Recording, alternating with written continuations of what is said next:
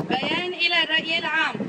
إن العنف الممارس ضد المرأة هو الخطر الذي يهدد حياة النساء السوريات طيلة سنوات الثورة، إلا أن ازدادت الأمور سوءا بعد إسقاط النظام السابق، لتتعرض المرأة لأبشع أشكال العنف والانتهاكات التي باتت مشهدا متكررا يوميا لحالات الخطف والقتل والاغتصاب والتنكيل بالجثث.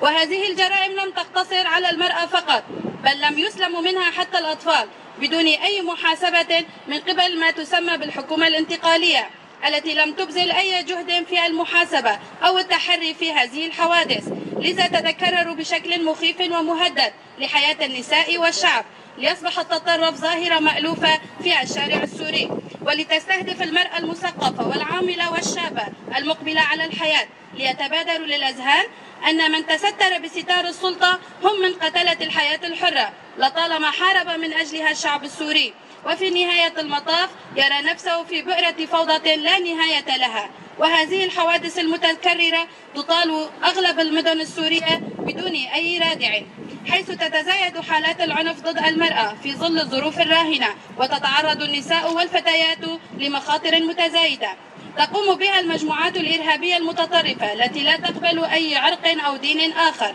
وشاهدنا في الآونة الأخيرة ازدياد حالات القتل والخطف والاغتصاب من قبل عناصر ومتزعمي الفصائل والتيارات المختلفة، وبالتالي انعدام الأمن والأمان في المنطقة، وتستهدف بشكل ممنهج ومعتمد النساء والفتيات أمام صمت دولي تام.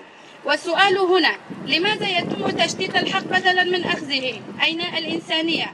إن العنف ليس قدرا محتوما، بل يمكن القضاء عليها إذا تضافرت الجهود.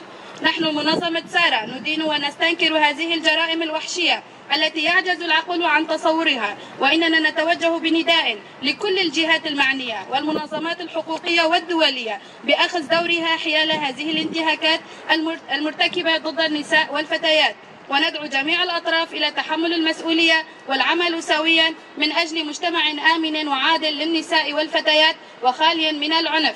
منظمة سارة لمناهضة العنف ضد المرأة 20/8/2025. لا لقتل النساء، لا للعنف ضد المرأة، لا للعنف ضد المرأة. المرأة حياة حرية. المرأة حياة حرية.